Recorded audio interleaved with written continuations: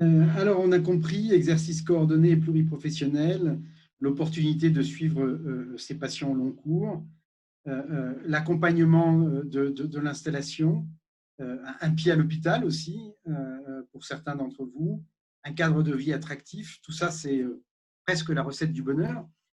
Mais en ces temps de Covid, comment ce modèle-là a-t-il été mis à l'épreuve? Peut-être en commençant par Monsieur Cubedo, vous avez, vous, été au cœur de l'organisation de la réponse de votre territoire. Est-ce qu'il y a des bonnes pratiques qui ont été repérées? Les bonnes pratiques, c'était la construction historique, c'est-à-dire que plus des professionnels travaillent ensemble depuis très longtemps et plus il y a un événement soudain, euh, pas attendu comme ça, et aussi massif, et plus la réponse va être précoce, organisée et, euh, et surtout en essayant d'y mettre le plus de sérénité possible. C'est ce qui s'est passé.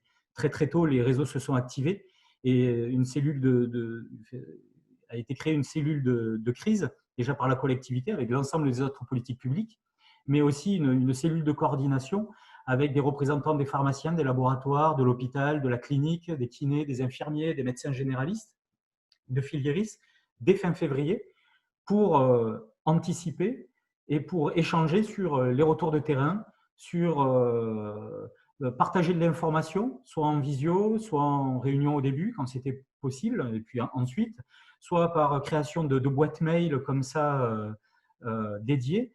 Donc des partages d'informations sur les retours de terrain, sur les réglementations, sur les avancées cliniques également de l'hôpital. Il y a nos virologues de l'hôpital qui ont transmis énormément d'informations à leurs collègues en ville pour qu'ils aient une vision synthétique et tout à fait opérationnelle des modes opératoires. Et surtout, très tôt, chacun a su ce qu'il devait faire, ce que devait être l'autre, ce qui a été beaucoup rassurant là-dessus. Ça a été aussi rassurant pour les patients parce qu'on a pu rendre ainsi le parcours du patient beaucoup plus clair et pouvoir communiquer d'une seule voix entre l'ensemble de ces professionnels de santé, l'ensemble des établissements de santé sur où je dois aller en fonction, me faire soigner en fonction de ma problématique. Et ça a été largement suivi par la population. Ça a sécurisé énormément notre système de santé. Et puis, la collectivité dans tout ça, ça a été une aide à l'équipement, à la logistique. Finalement, faire ce que les médecins et les professionnels de santé n'avaient pas le temps de faire, eux qui étaient en première ligne ou qui n'avaient pas les compétences de faire. Montrer un centre Covid, montrer des cloisons, y mettre de l'eau et construire un poste médical avancé, voilà, ça demande d'autres compétences et d'autres services logistiques, informatiques, etc. Se sont mis en mouvement autour des professionnels de santé. Et puis, dans un second temps, après le premier choc, ça a été la construction, encore une fois, avec les professionnels de santé, d'un véritable projet de santé publique, validé et acté par la collectivité, donc qui a été fait avec eux, enfin, construit avec eux et réalisé aujourd'hui avec eux sur des politiques publiques coordonnées, sur l'organisation sanitaire, sur l'adaptation et la sécurisation de l'espace public, des actions de prévention en direction des publics, l'accompagnement et la sécurisation voilà, des services publics, l'encouragement de l'action communautaire. Et toujours, ça s'est passé selon le même schéma, c'est-à-dire ceux qui savent et ceux qui sont en première ligne exprimer des besoins et on était là pour les accompagner, pour leur dire comment on peut arriver à mettre ça en place, construire un centre Covid, réorganiser la maison médicale de garde pour qu'elle puisse accueillir des patients Covid et sécuriser les cabinets, être très réactif sur la mise en place des centres de dépistage, le lien avec les urgences, le lien avec le SAMU. Voilà comment s'est passé, nous, en tout cas sur le bassin alésien, notre expérience du Covid. Une mise en œuvre et une réalité, même en mode dégradé et critique, d'une organisation sanitaire locale. Merci beaucoup. Michel Dutèche, de votre côté, quels enseignements de cette crise?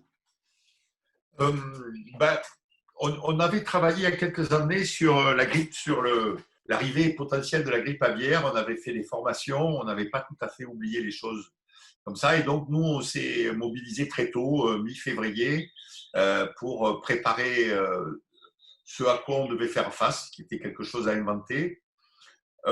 Alors, au niveau local, sur Nayou, ça a soudé l'équipe, ça a rapproché des professionnels isolés de notre équipe coordonnée.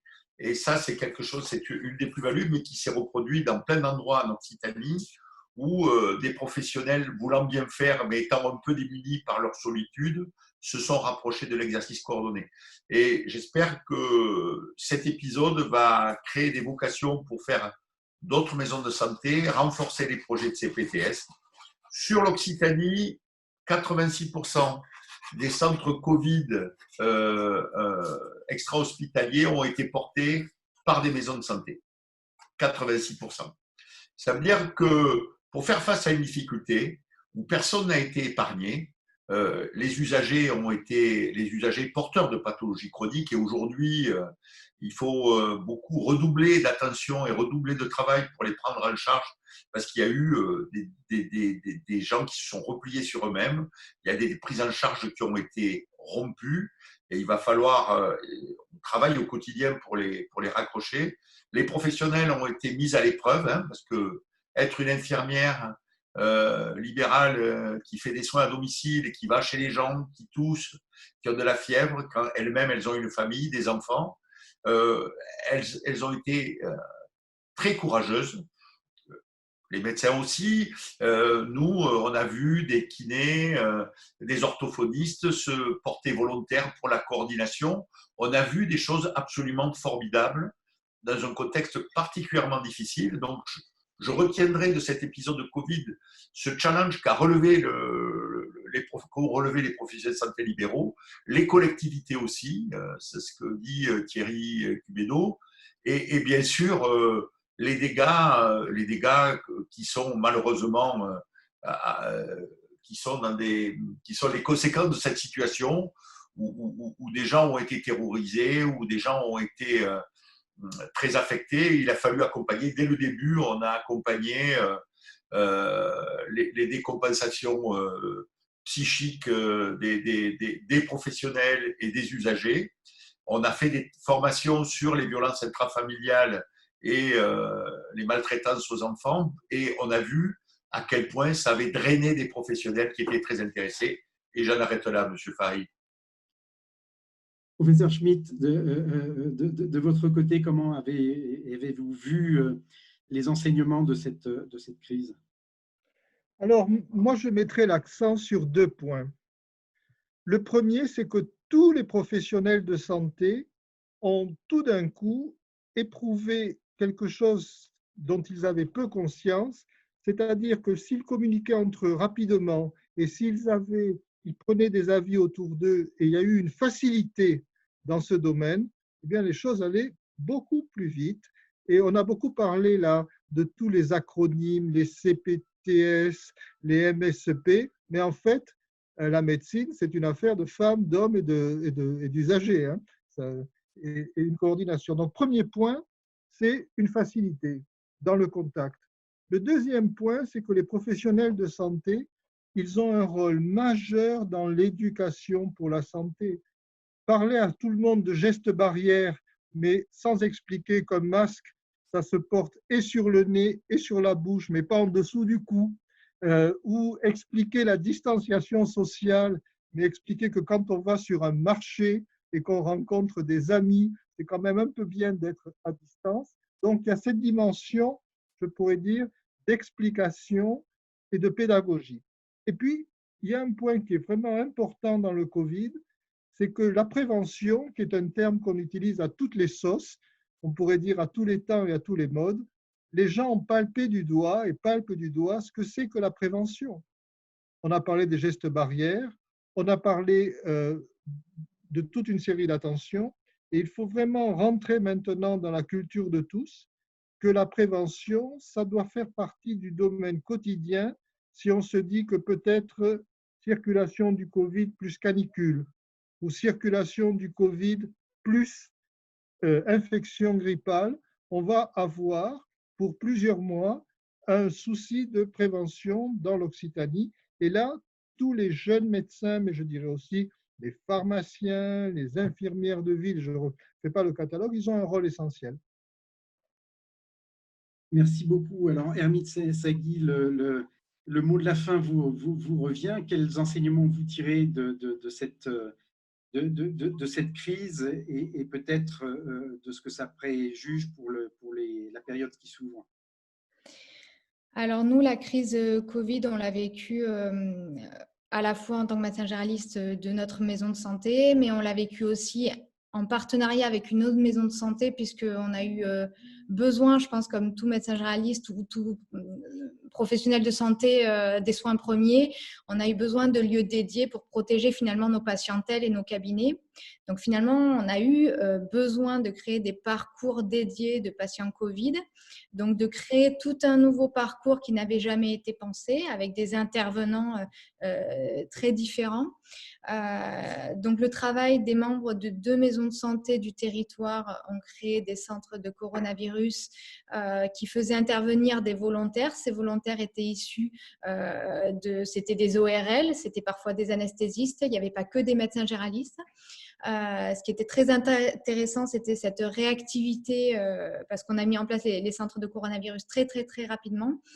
Ils ont ouvert le 20 mars, je pense, le 18 ou le 20 mars, en 72 heures. Donc, tout le monde a pu se mobiliser très vite en libéral, alors que ça peut paraître des situations il peut y avoir l'air de ne pas communiquer, mais finalement, en 3 jours, on a réussi à tout se coordonner pour mettre en place un parcours de soins qui n'avait jamais existé.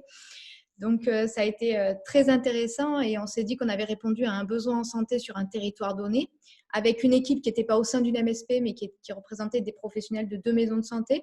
Donc, finalement, on s'est dit, c'est ça un CPTS. On a pris en charge une population donnée pour un besoin de santé donné. Et ça nous a mis en image ce qu'on n'avait pas encore vraiment… Ça a été du concret, on ne l'avait pas encore mis en œuvre. Donc ça a été un gros apprentissage et j'espère que sur ce modèle-là, on arrivera à l'appliquer à d'autres problématiques de santé.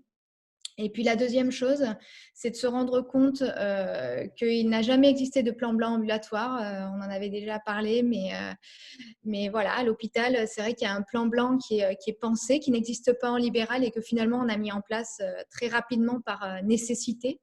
Et que ça, pour le coup, il faudrait que ce soit plus fluide dans l'avenir et que ce soit acté, qu'il y ait des grandes lignes directrices pour faire un plan blanc en ambulatoire, mais finalement qui soit lié au plan blanc de l'hôpital, donc un plan blanc commun, qui soit à la fois un plan blanc hospitalier et un plan blanc ambulatoire qui fonctionnent ensemble, en cas de grosse crise sanitaire comme nous venons de traverser.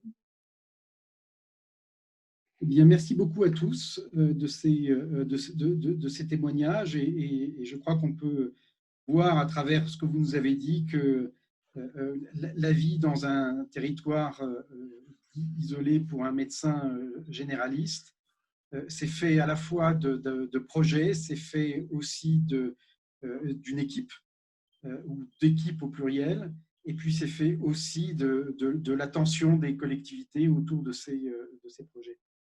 Merci à tous.